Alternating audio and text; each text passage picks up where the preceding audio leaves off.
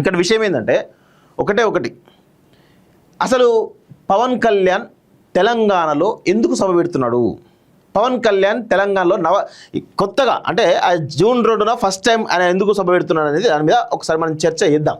ఎందుకు అంటే ఇక్కడ మీరు గత కొంతకాలంగా ఒకసారి గమనించండి, ఆంధ్రప్రదేశ్ రాష్ట్ర రాజకీయాలను చాలా సునిశ్చితంగా విశ్లేషిస్తే కనుక ప్రొఫెసర్ నాగేశ్వర్ వ్యాఖ్యలతో పాటు జర్నలిస్ట్ రఘు వ్యాఖ్యలతో పాటు గతంలో కేవీఆర్ సంబంధించినటువంటి జర్నలిస్ట్ సంబంధించిన విషయం కావచ్చు, అన్నీ ఒకసారి మీరు గమనిస్తే కనుక అయితే జనసేన పార్టీకి సంబంధించి ఆంధ్రప్రదేశ్లో వీళ్ళకు ఒక 21-22 సీట్లు ఉన్నాయి. నాకు కూడా తెలియదు, కౌంట్ కూడా తెలియదు, అంత కూడా లేదు నాకు. అంటే వీళ్ళ కౌంట్ ఏందో కూడా తెలియదు. ఒకటి. రెండోది, వీళ్ళు ఉన్నదే 21 మంది. ఓకే, ఆయన డిప్యూటీ సీఎం ఉన్నట్టు ఇంకొక 2-3 మంత్రులు ఇచ్చినట్టున్నారు. నాదెల్ల మనోహర్ లాంటి వాళ్ళకు ఇంకొక 2-3 ఇచ్చినట్టున్నారు. ఓకే, సో ఇప్పుడు జనసేన పార్టీ ఏం చేయాలి?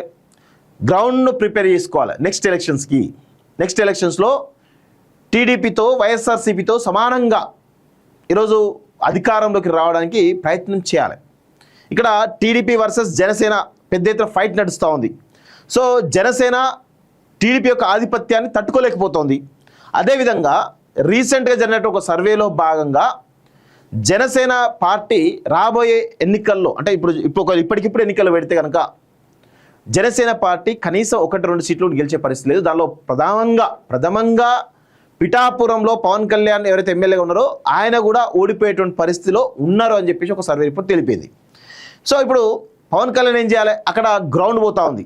ఇప్పుడు ఆయన ఏం చేయాలి? తెలంగాణ రాజకీయాల మీద పడ్డాడు. ఎందుకంటే ఆడ ఎట్లాగూ ఆంధ్రప్రదేశ్ ప్రజలు దేకే పరిస్థితి లేదు, మనం ఎంత చేసినా చాలా ఇబ్బందికరంగా ఉన్నది. సో ప్రజలు కంప్లీట్గా తిరస్కరించే అవకాశం ఉంది, 1-2 సీట్లు కూడా వచ్చే పరిస్థితి లేదు. కాబట్టి ఇప్పుడు తెలంగాణలో జూన్ 2న సభ పెట్టి ఇక్కడ కూడా మనం పాగా వేయాలి అనేటువంటి ఒక ప్రయత్నం జరుగుతుంది. ఎందుకంటే ఇక్కడ కాంగ్రెస్ పార్టీ విఫలం అయిపోయింది, బీఆర్ఎస్ పార్టీ పెద్దగా ఇప్పుడిప్పుడే కొంత పుంజుకుందామనే పరిస్థితి కనబడుతోంది. ఇక బీజేపీ గురించి మాట్లాడిన అవసరం లేదు. ప్రధాన పార్టీలన్నీ కూడా కంప్లీట్గా ప్రజల వ్యతిరేకతతో ఉన్నారు. కాబట్టి సో మేము వచ్చి ఏదైనా ప్రయత్నం చేస్తే ఏమైనా రావచ్చేమో, ఇక్కడ కూడా ఒక 3-4 సీట్లు రావచ్చేమో అనేటువంటి ఒక అభిప్రాయంతో జనసేన పార్టీ అధినేత పవన్ కళ్యాణ్ ఇప్పుడు జూన్ 2న సభ పెట్టి మరి ఆంధ్రప్రదేశ్లో ఖాళీ చేస్తాడేమో అనిపిస్తుంది నాకైతే. ఆంధ్రప్రదేశ్ ఖాళీ చేసి తెలంగాణకి పరిమితం అవుతారా, లేకపోతే తెలంగాణలో ఏం చేయబోతున్నాడు ఈ జూన్ 2న? సడన్గా ఈ మీటింగ్ పెట్టడం వెనకాల కారణం ఏంది? ఇవన్నీ కూడా ఉన్నాయి, విశ్లేషణ చేస్తే చాలా ఉంటాయి. సో 100% ఆంధ్రప్రదేశ్లో మొత్తం జనసేనను ప్రజలు తిరస్కరించేటువంటి పరిస్థితి ఉంది. కాబట్టి మెల్లగా తెలంగాణకు షిఫ్ట్ అవుతున్నారు. తెలంగాణలో బాటిని బలోపేతం చేసేగా ప్రణాళికలు రచిస్తున్నాం ఇప్పటి నుంచే. సో చూద్దాం, మరి 100% ఎవరైనా ఎక్కడైనా పోటీ చేయొచ్చు, అది అందులో ఎవ్వరు అభ్యంతరం చెప్పరు. ఇక్కడ ఉన్నటువంటి తెలంగాణకు సంబంధించినటువంటి ఆత్మగౌరవాన్ని, అస్తిత్వాన్ని, సంస్కృతిని, సాంప్రదాయాలు గౌరవించే ప్రతి ఒక్కరిని కూడా తెలంగాణ సమాజం కడుపులో పెట్టుకొని చూసుకుంటుంది.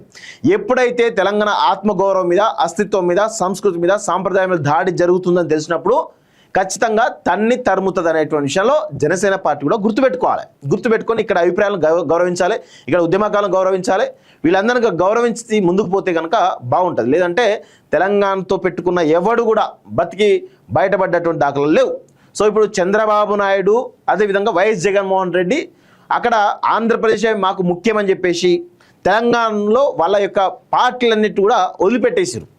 సో చాలామంది ప్రెజర్ చేశారు, మనం పార్టీని బలోపేతం చేద్దామంటే కూడా వాళ్ళు వినిపించుకోకుండా ఇక్కడ ఏదో నామకే వస్తే వాళ్ళ శాఖలు పెట్టేసి తప్ప ఎక్కడ యాక్టివిటీస్ ఉండవు, మొత్తం షిఫ్ట్ అయిపోయారు. కానీ జనసేన మాత్రం అటొక కాలు ఇటొక కాలేసింది. ఆంధ్రప్రదేశ్ ప్రజలు తిరస్కరిస్తే తెలంగాణలో పడాలి, తెలంగాణ ప్రజలు తిరస్కరిస్తే ఆంధ్రప్రదేశ్లో పడాలి. ఇది వీళ్ళ యొక్క పరిస్థితి, మానసిక స్థితి. పవన్ కళ్యాణ్ యొక్క మానసిక స్థితి ఇలా ఉంది.